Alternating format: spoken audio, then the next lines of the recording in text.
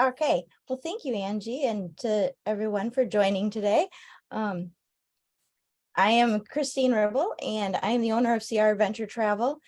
And my goal, or our goal here at CR Venture Travel, is to motivate, educate, and customize travel itineraries and vacations that support the traveler's unique desires by taking into account your specific and unique needs so that you can explore and experience the world. So, Angie,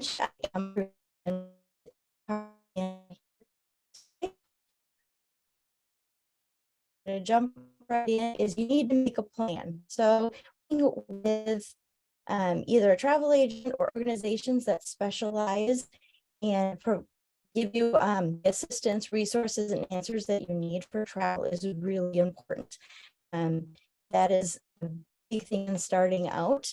And so we, just like your ALS organization and others that we will talk about, they can help you have the best travel experience. So you don't need to just always be sitting and going and traveling from your armchair or just watching the Travel Channel. So part of it of making a plan is being honest and open about what your needs are. And then the destination is just as important as planning. Well, I went backwards. So where you want to go, I just made a list here of the top 12 wheelchair accessible destinations. I am part of a group of agents that have been meeting over the last week with a number of tour operators, cruise lines, and with other agents that have been advocating on your behalf and the behalf of others who need accessible travel. We need more destinations that are available. We want to see the world be open to everybody, not just a limited few. And so I have been to a number of these destinations, and some of the things that make these accessible is, accessible transportation, paved walkways, they're willing to work with excursions that make it accessible, and how you travel is also something. So is it going to be by plane? Is it going to be by train? You're going to drive, automobile? There's a number of these, and then the combination. So something in planning is also knowing how you're going to travel. And then assistance. What type of assistance do you need? And something I would recommend is, if you've never done it, is to make a list of what you need on a daily basis. Is there special medical equipment or special diet? What is it that you need if you were to leave home, even for a night, 2 nights, because that will really help. And so some of the assistance that's available is your local chapter, like I mentioned, TSA Cares, which I will give you the numbers for that. Airlines have special forms and codes. And I just learned, because I got to sit on the plane next to a pilot, which a lot of prep time, conversations. And so you need about a 6-month lead time for something like that to travel, if that is your need. Same with hotels. They can help you. Calling them, there's not a particular brand of hotel that is super consistent, but there are some that are better at accessible rooms, no entry showers, and other needs. Beds that are high enough if a lift would need to be put in. There are things like that that you are available, just if you know that you need them. And so this is just a list. We'll go over more of it a little bit as we go through. Like I mentioned, I'm on a cruise ship. I have learned and have seen firsthand cruise lines offer the most accessible way to travel. I have things here like service animals or forms that need to be filled out. The cruise line I happen to be on, which is Royal Caribbean, they don't limit the number of service animals per ship. And airline doesn't limit how many are allowed on board. I talked to the manager and I asked about what if a lift is needed for a bed. And he said, oh, well, we have platforms. All we need to know is ahead of time what is needed. We can raise the bed. We can lower the bed. We can do whatever is needed. We just have to know. And so giving proper notice has become key in finding that out. I was mentioning some of the accessible things that we found on the cruise ship this week even was shows. Getting into a show. Usually someone in a wheelchair needs to sit up in the back. Well, they have in each of these theaters on board here a lift that will take you down the rail to sit in the front if that was something you wanted to do. You wouldn't notice the lift, but it's well designed into the design of the theater that it's not just readily, everybody sees it. It's very well hidden part of the design. Last week there was a carousel and you could ride the carousel. It had ramps that got up on this bench that was on the carousel. The seat moved, folded up, and you could put your wheelchair right in, strap in, and ride the carousel. Pretty ingenious. It was pretty cool to see. So those are just a couple of the examples that the newer ships are now incorporating in, along with doors that have buttons so that they open up, ramps that go from the room out onto the deck if you have that balcony cabin. And so there are 43 cruise lines that are accessible, river and ocean ones, and there are 10 of those that are really good about it and have gotten good. So TSA Cares, this is the big one. TSA Cares is an organization that started in Chicago area, and they are a perfect resource. So if you're planning to do travel where it involves air, you call them up. They 72 hours or more before. I have called them. I have put in travelers' information, what is needed, and they have called the day before travel to get more specific. What time the airline's coming in, what time is someone traveling. They need to remain in their to get through security. Do they not? They really ask a lot of important and valuable questions to assist you through the airport. They can't help you during the check-in process, but once you're checked in, they can assist from there, and it is only in the US that not help internationally. And then the best way to reach them is to fill out the request form online. I do have the website listed. They have a form with all the questions.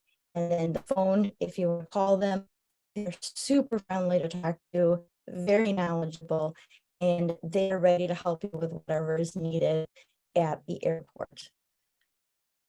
And then the airlines, when booking air, there are, and I have 2 pages here, because there are 2 pages of codes that are added to any airline reservation that goes from someone who has vision restriction to dietary needs to any of the different medical, and the same with wheelchair. So whether wheelchair, you just need assistance through the airport between flights, whether you need to remain in the chair, whether you need to have a special chair to go down the aisles of the plane, there is all of that is available.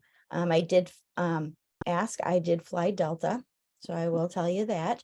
And I asked about the arms being movable and if they had any flights where they weren't.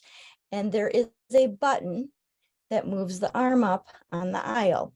However, that button is not so easy to find, but it is there. It is underneath the arm, and it does move the arm up so that you can move into the seat in that. And now then we'll go back to Special Needs at Sea. This is another organization. They provide equipment for when you're traveling. So your mobility aids, your walkers, your scooters, your wheelchairs, and other equipment. They even provide lifts and oxygen units, visual aids. These are all provided at the Special Needs at Sea, and they will deliver them to your stateroom on a cruise ship, at your hotel, resort, theme park, and even to convention centers. And so their websites are here for you. Sorry, they're making announcements. And they also have a concierge service also. Another part of the special needs at sea is if you have those hard to find dietary needs, they also will assist with them worldwide. Oh, that page. And so when it's time to travel, then you can always reach out, ask questions. I am willing to help and answer anything that you need, from maybe suggestions of where you can rent a wheelchair or a beach chair, the beach wheelchairs, any of that. I want to be your sounding board for you so that you can learn more and be able to travel the way you need to travel and experience the world.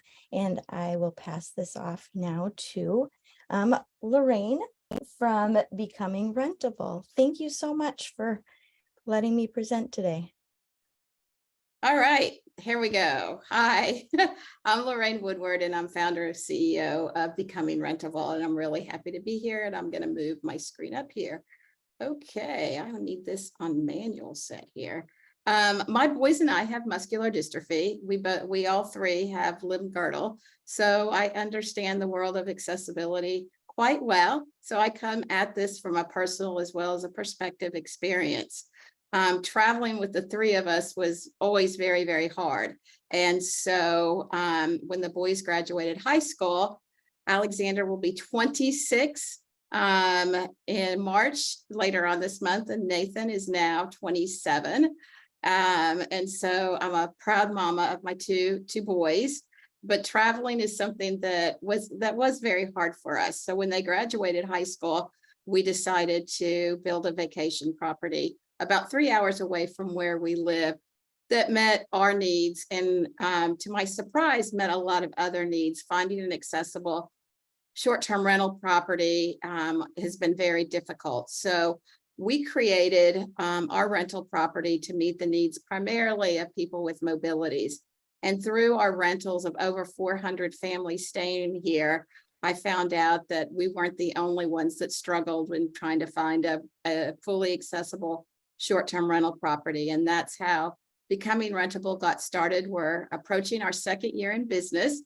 While we were doing research at the beginning of our business, we really looked at accessibility, and historically accessibility in the travel industry has been primarily of wheelchairs and mobility, but we've looked at accessibility beyond the wheelchair. So the work that we do is fully inclusive to reach people with mobility issues, cognitive, vision, hearing, and our aging. And the other thing that we realized through our research is that what's accessible to me may not be accessible to you. And so we created a platform with 36 filters. So when you're looking for an accessible property, you identify what filters that you need in a short-term rental property that will meet your needs. You know, for me, I need a hard surface driveway. I need grab bars in the bathroom. I need a roll-in shower. I need a bed for a Hoyer lift. And so there's a lot of different features that make it accessible to me. And so that's what we do on our website.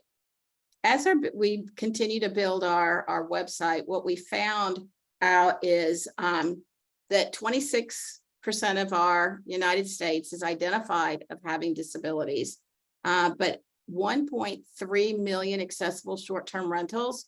That's how many we have in the US. Less than 1% are actually accessible. And we know that, you know, these properties are hard to find.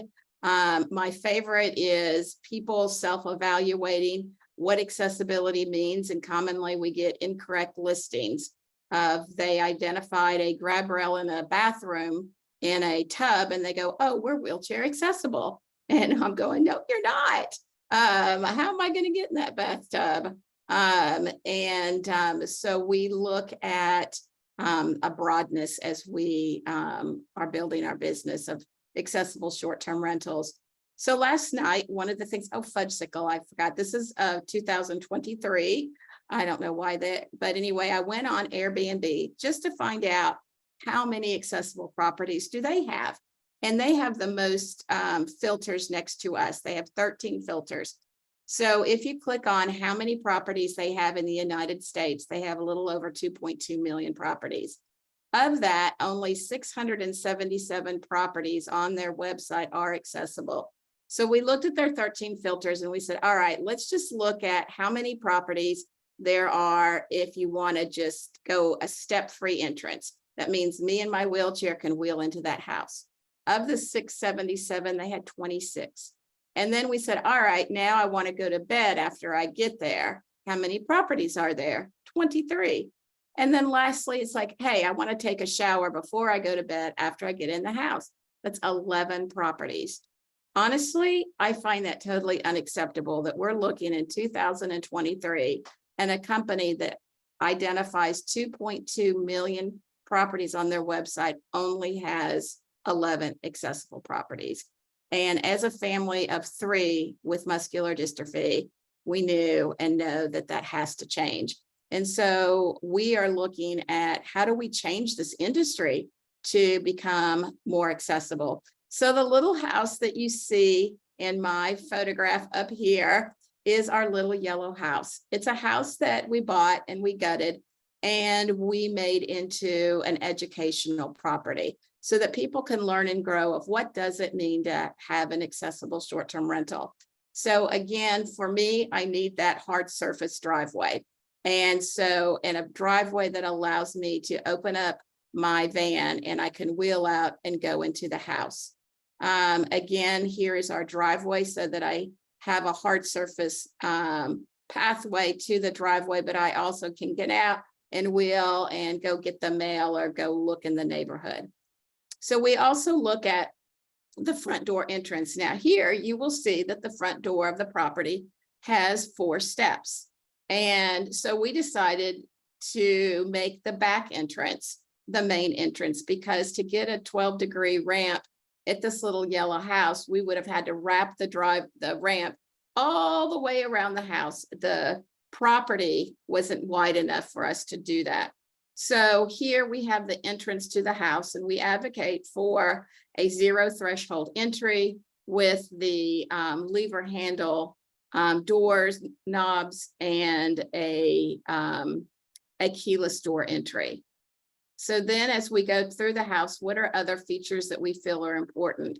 Well, I know from having a number of folks with ALS that come to rent at our property that an electronic lift chair is very important. And it's interesting because these lift chairs now are sold at Home Depot and Lowe's and furniture companies, and they're far less than durable medical equipment vendors, which really surprised me and actually made me mad. But we're looking at getting one of these chairs for our rental property. And I found some really great ones for $450. They used to be $2,000. So the prices have really come down. Again, we advocate for folks who want to create an accessible short-term rental and they don't have a threshold that a wheelchair can get over, to just put a little threshold ramp and make that available. As with the exterior, we look at the lever handles interior. And if you do have a flight of steps, we know that chair lifts, chair platforms, and elevators are the best way to negotiate a room on the 2nd floor. Ideally, we look at a property that has an accessible bedroom on the 1st floor. In our efforts of looking at what an accessible property looks like, I've been very surprised on how few properties allow their kitchens to be accessible. It's like just because you may be on vacation, you may want to cook, you may need to cook. And so what kind of accessible kitchens are ideal? The wheel under sink for me is something that's very important. A microwave that's not above the stove. And I share with people, if you have one above the stove, go to Walmart. You can get one these days for $69 and put it on the counter. We have an elevated dishwasher. And for those of us in wheelchairs, it's a lot easier to get our dishes in and out. And then this is our little yellow house and our accessible kitchen. And again, we look at making sure our countertops are high enough that we can wheel our wheelchair underneath.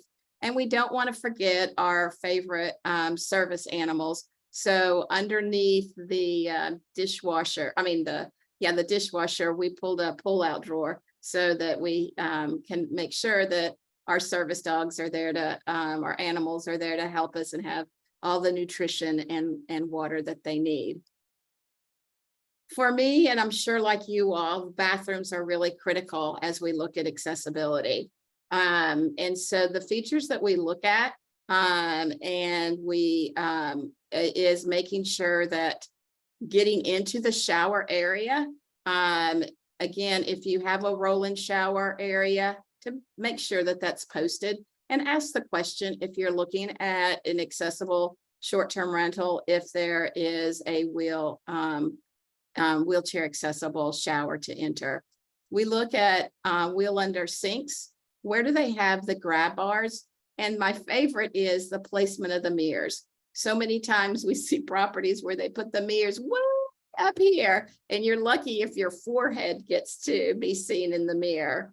And so here's another example of a mirror where they placed it right at the edge of the sink that it would allow us to see. These are popular grab bars for the toilet area that actually will lift up and get out of the way for people who are not interested in having the grab rails there. My favorite device is the electric toilet seat. I've had one for over 21 years, and it's allowed me to go to the bathroom independently and not have an aide to help me. And at first, we didn't see these in the United States, and they're primarily in Europe. And now we're seeing more and more of these electric toilet seats. I will share with you the prices range anywhere from $1,500 to $6,000.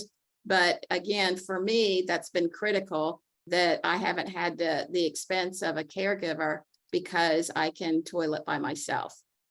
We're also seeing more sinks that are being designed that kind of stick out a little bit. So it makes that wheel under sink a little more accessible for us. And then our bedroom. And what does an accessible bedroom look like? Well, you know, it doesn't have to be ugly and sterile. One of my pet peeves, this is my family again. This is when we were at MDA camp. The boys went to camp every year. And so anyway, whenever I can show off the boys, I do. But I don't like closet doors. They are like a nuisance and always in my way. So I'm a big advocate of no closet doors, and you can make a closet look cute. Like we added this little scallopy section. This is the bedroom in our little yellow house that is actually one side is a hospital bed and the other side is a twin bed. And what that allows is for my husband and I to sleep in the same room. This lowers to 18 inches, which allows me to get into the bed. And then it elevates up to 40 inches so that it's an easy transition back to my wheelchair. This cute little bed is also a hospital bed, a traditional hospital bed, but we did some cover lays over the headboard and footboard. We put a cute little comforter on there, and now you don't have a scary looking hospital bed, but one that can be used. And then we look at our light switches again to make sure that we can easily turn out the lights for ourselves or our children when it's time to go to bed. But I only can do that when they're accessed at a certain point. So that's what we look at in looking for a short-term accessible property. All right. So can everyone see my screen? Perfect. So my name is Ann Strootman. I'm the customer service manager at Wilderness Inquiry. We're a nonprofit that's been around for over 45 years, and we really believe that everyone has a place in the outdoors. Everyone belongs in the outdoors. And what I'm going to do today is show you kind of some of the ways that we make that happen. So our mission is that we connect people of all ages, backgrounds, identities, and abilities through shared outdoor adventures. So what we really want are for people to be able to have time in the outdoors, but also connect with each other. As I mentioned, we've been around for over 45 years. Our founder really started the organization in response to the governor of Minnesota making a statement about the Boundary Waters area canoe wilderness. For those of you that aren't aware of the Boundary Waters, it's a really wonderful place where you can go paddling. They do not allow any motorboats in that area. And the governor in 1978 said, well, I think we need to make paved trails so that it will be accessible for people who use wheelchairs and also for women. And he really took exception to that and felt that we don't necessarily have to change the wilderness to make it accessible. And so to prove his point, he brought a group of people with varying abilities to the Boundary Waters. We had someone who was had a visual impairment, someone who had cerebral palsy, a couple of wheelchair users. And, you know, it wasn't necessarily a real pretty excursion. There was a lot of piggyback carrying happening and pushing and pulling wheelchairs over the trail. In fact, there was one woman who wanted to do it all independently. And in some cases, she decided she was going to get out of her wheelchair and pull herself across the portage. But what it did is it really inspired the organization to grow and really focus on helping people of all abilities to be in the outdoors. So we actually have a number of different programs. We love to get out and do what we call share the adventure. And this is typically adults. We will have people with and without disabilities on trips with us. We have a family program where usually somebody in that family has some sort of disability. It can be a child, it can be a parent, it can be a grandparent. What's been really amazing is being able to see multi-generational families experiencing the outdoors all together.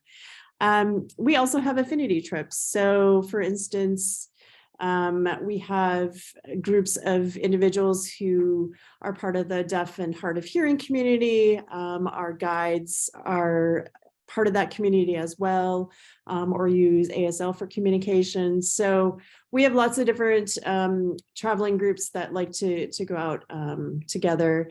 And then that final piece called Canoe Mobile, we actually bring canoes out across the country and introduce people to their local waterways. So, you know, why would you want to get out in nature? It can take a lot of work, but what is the benefit of that? A couple of things that we really have noticed throughout the years is that it really increases your confidence. It gives you a connection to other people, and it can really just bring you peace to be outside. So you get a lot of benefits for being in nature. All right, so I'm going to jump into some of the actual, some of the tangible ways that we make things accessible for people of all abilities. We have a really wonderful base camp site in the Apostle Islands, which is in northern Wisconsin on the southern shore of Lake Superior, where we do a lot of kayaking and hiking trips. That base camp was designed with universal design principles. And so some of the hard structures that you'll see there are having boardwalks going across to all of the different connecting sites from campsite to campsite and campsite to the bathroom area. We have ramps that are built on leading up to platform tents. The other nice thing about those tents is they're quite tall. So, if somebody is able to stand and ambulate, they can be fully standing. We also have cots that are in the tents, so it's really comfortable sleeping. And I love this picture of our friend Michael with his walker. He actually has cerebral palsy and has been coming on trips with us for many, many years. and has built really strong connections with people that he travels with every year. A couple other types of equipment that we'll use. These are pretty specific to some of our paddling trips. When we go kayaking, a lot of individuals have trouble with grip strength, so we have these adaptive paddles.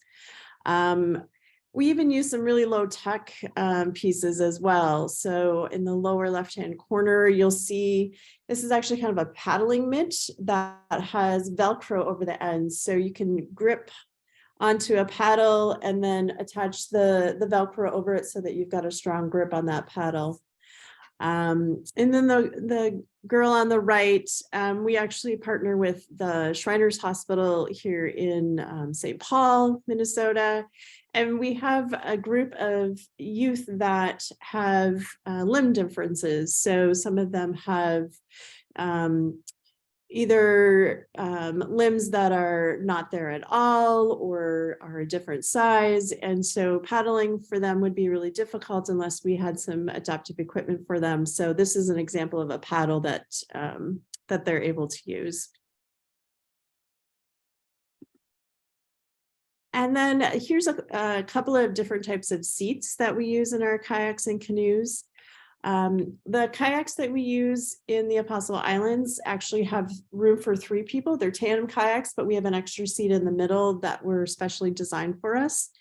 And what that allows is we can have 2 people in the front and the back of the boat that are providing kind of that safety and strong paddling strength. And then the person in the middle can really participate to whatever their ability level is. So they don't necessarily have to be actively paddling. If they don't have the strength or stamina, that's okay. They can be out there participating along with everyone else.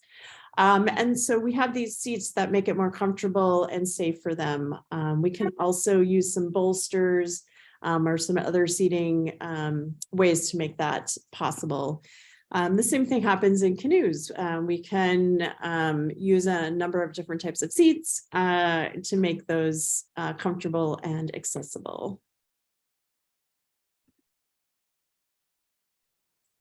So we do travel all over the world. These pictures are actually from a trip. If you look on the lower picture there, that is a picture that was taken in Uganda. This woman, her name is Janet. She has been using a wheelchair for a very long time.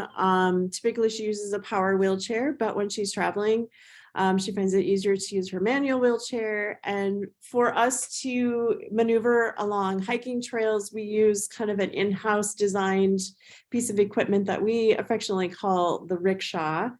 What we've done is we've taken a harness, so the person in front has a harness, and then we have 2 poles that connect to that harness, which in turn are attached to the wheelchair. What it does is it raises those front 2 wheels off the ground so that it's not getting caught up in the debris on the trail or the rocks and the roots. And so we can get into some pretty, what would traditionally be inaccessible areas. We can get individuals up there. What's really neat for Janet is part of the trip in Uganda was going to go into a jungle and seeing gorillas, and she was able to do it. So she got to participate fully just like everyone else. She's been to Belize with us, and she actually did some kayaking with us in the Apostle Islands as well. So I have to say this picture on the upper left-hand side is probably my favorite low-tech thing that we use. What you're seeing there, that orange material is actually snow fencing. So it's just plastic snow fencing that you can pick up at Home Depot. And when you lay it on sand, it makes a wheelchair accessible on that sand. So we use this a lot when we're bringing people down a beach and there isn't any sort of magic carpet or something of that nature. We can have this tossed in with our crew, and people can independently make their way down. We've also been trying a little bit of some new pieces of equipment. This free wheel on the right lower hand corner is also a way of lifting up that front part of the wheelchair so that it's easier to go over rocks and roots if you're going on a hike. Right. So we can't forget that we like to adventure in the wintertime as well. Every winter we partner with a YMCA camp in northern Minnesota. They provide the heated cabins and housing area along with the dogs and dog sledding. And we provide the other types of equipment. This is actually a picture of a polk sled. It's kind of the same system as the rickshaw in that we have two poles that somebody has attached to a harness. But in this case, instead of a wheelchair, that person is sitting in a sled. The nice thing about this sled is we have a special seat design so you can comfortably sit. And then there's this canvas piece over the top that helps keep you protected from the elements. So we have individuals that go up there with us every year, and they absolutely love it. They're also able to get it, in with the dogs and go dog sledding. We can take people across a frozen lake or across a snowy path and have a fantastic time. All right, so I'm going to take just a couple minutes to kind of give a few pictures of some places that we go and give examples of, the types of things that you can do. The St. Croix National Riverway is kind of the border of Minnesota and Wisconsin. It's this really beautiful rocky area, very scenic. We have large north canoes that typically, if we have all of the seats in the boats, we can fit up to 10 people in that boat. When we do a river trip like this, we might take out some of the middle seats and put gear in there, and we'll have 4 or 5 people paddling this large boat down the river. It's really a great way to just be off land and just float down the river. Here's some pictures of the Apostle Islands that I was referencing in northern Wisconsin. You can see we've even brought service dogs along with us. This gentleman who uses a wheelchair has a service dog that he practiced getting in and out of a kayak before he went on a trip with us, and that dog had a fantastic trip as well. One of my favorite destinations is the Boundary Waters. One thing that we do is not only kind of the hardcore backcountry stuff where you're paddling and portaging, but we also have trips where we might be staying in a lodge at night and then doing day trips where we're paddling. So it kind of gives you a nice mix of type of adventure. If you've ever been to Yellowstone National Park, I feel it's probably one of the most accessible national parks that we have. There are just tons and tons of opportunities to stay on boardwalks. And even the trails that maybe aren't boardwalked are really nicely packed and wide and very accessible. So we typically go camping in that area. We provide all the camping gear, all of the food for the trip, and our guides are specially trained to help people experience time in nature. And then my last little slide here is one of our favorite international destinations, Tanzania, where we go on safari. We haven't been able to go for a couple of years because of COVID, but we are back up and running. In fact, we're going on in August this year. We have guides that we've been working with in Tanzania that will take you on safaris. You get to be in these jeeps and getting very, very up and close and personal with the animals. The nice thing about this sort of trip is there's not a lot of hiking involved, so you're able to ride in the vehicles, stay in really luxurious accommodations, and really be pampered while you're experiencing nature. So we've got such a wide variety of ways to experience nature, from, being in a tent and sleeping on the ground, all the way up to staying in an amazing lodge in Tanzania, looking out over the safari or the Serengeti and seeing lots of wild animals. So lots of different ways to experience nature. I would say one thing that I feel that we do really well is meeting people where they're at. Part of my job as the customer service manager is really to intake all the information when you register for a trip, or if you're not quite sure what trip would be a good fit for you, I talk through that process with you. And then we do a really deep health assessment just to find out exactly what your specific needs are so that we can make sure we have supports in place, whether that's equipment, or special accommodations, or finding volunteers that will come and help provide that support while you're on trail with us.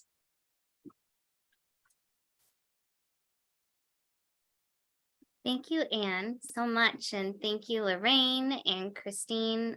This is such valuable, usable information. So thank you so much.